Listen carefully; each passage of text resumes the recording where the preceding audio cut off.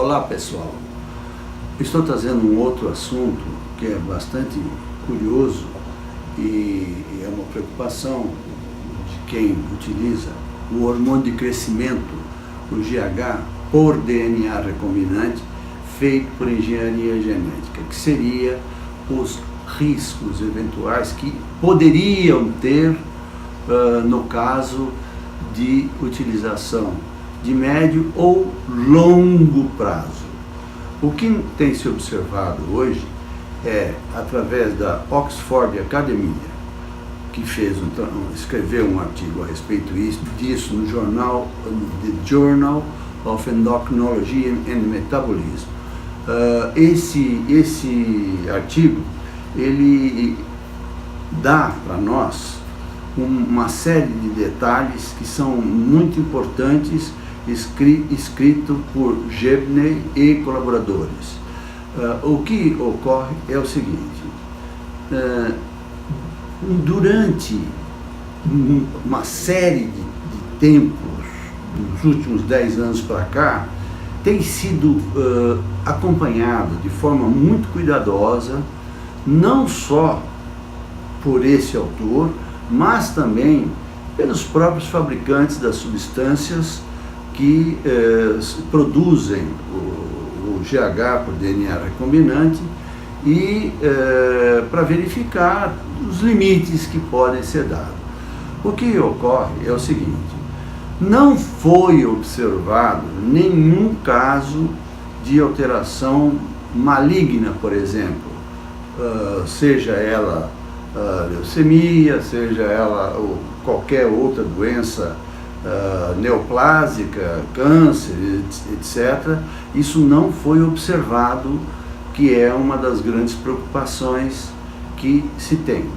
Isso, obviamente, é um estudo que está sendo continuado, mas isso é extremamente importante se saber que não existe nenhum caso descrito de forma peremptória, vamos dizer, obrigatória, de que houve ou que tenha alguma contraindicação a utilização por um tempo longo. Então, veja só, existem outras doenças que normalmente preocupam a pessoa que utiliza os hormônios de crescimento de um modo geral e por longo tempo, ou mesmo por médio tempo, achando que eventualmente pode causar algum problema mais grave ou levar alguma consequência, por exemplo, com relação à área cardiovascular. Já está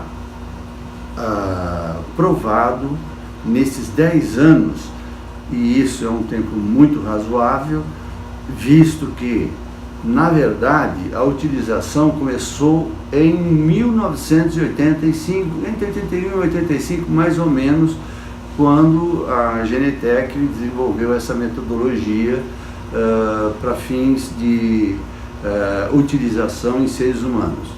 O que ocorre é que não foi constatado alterações cardiovasculares, não houve hipertrofia, ou seja, aumento da parede do ventrículo esquerdo, que seria um dos grandes problemas para fins de hipertensão e que poderia causar uma série de complicações graves na sequência da vida.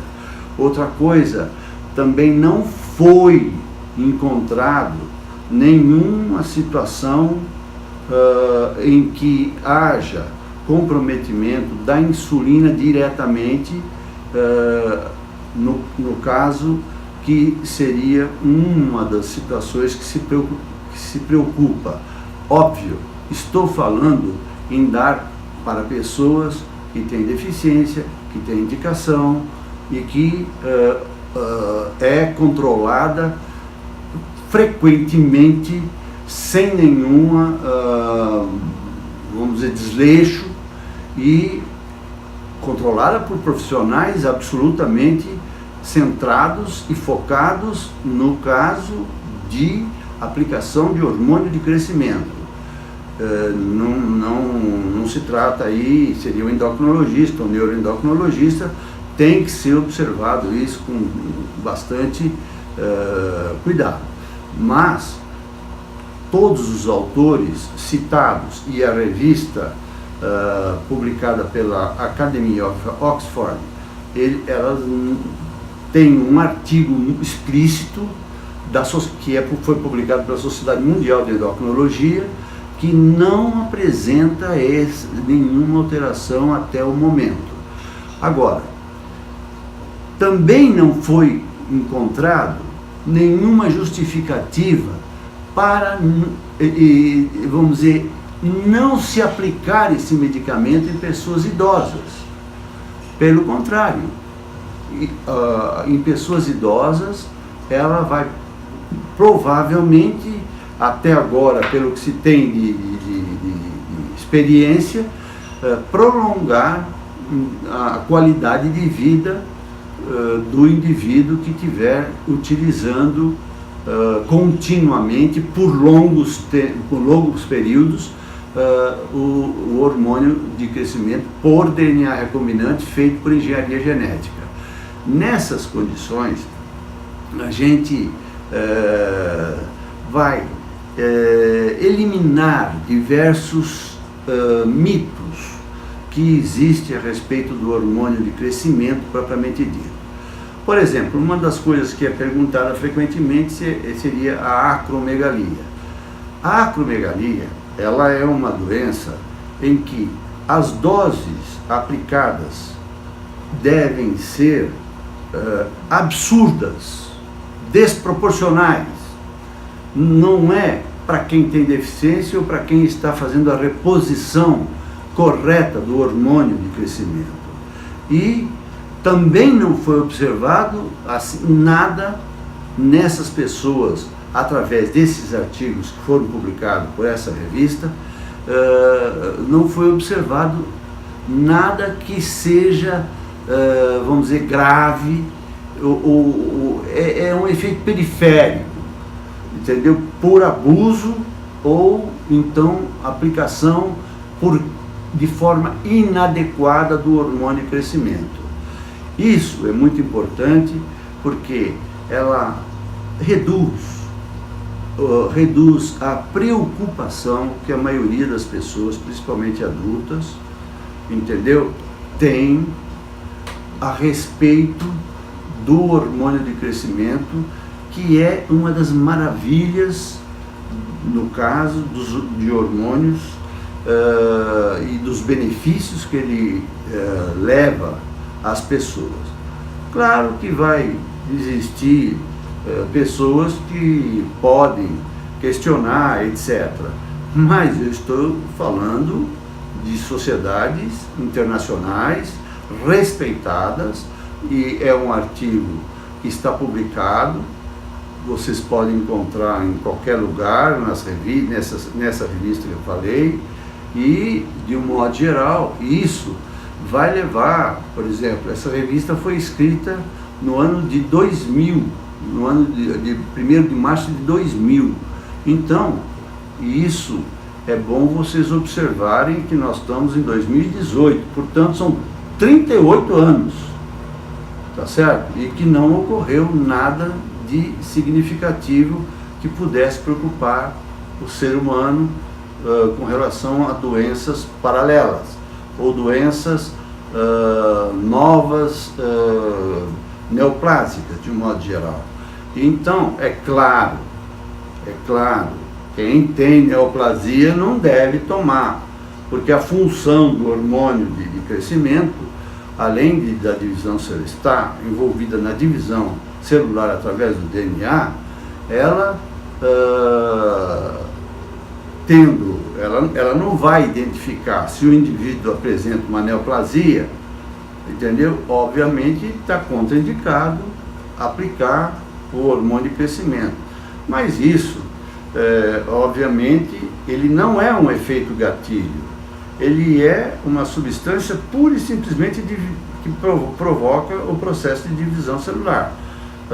E, no caso, se tiver uma neoplasia, que é uma uma alteração de divisão celular de forma aleatória, vamos dizer, de forma exagerada, está contraindicado, não precisa ser muito inteligente para perceber isso, e o médico especialista, que é o endocrinologista ou neuroendocrinologista, ele vai, obviamente, quando está focado nessa subespecialidade, ele vai perceber que não tem indicação de dar.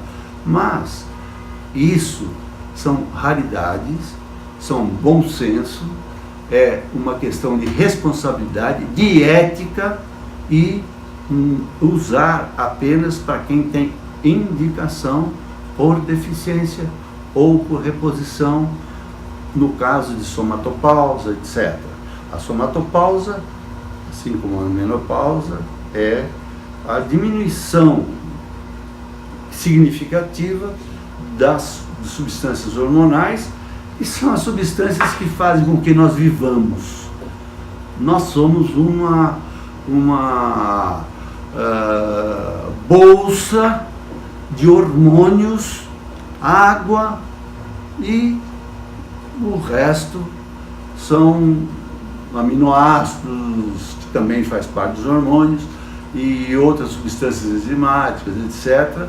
Então, veja, isso é muito importante vocês prestarem atenção e não porem minhoca na cabeça.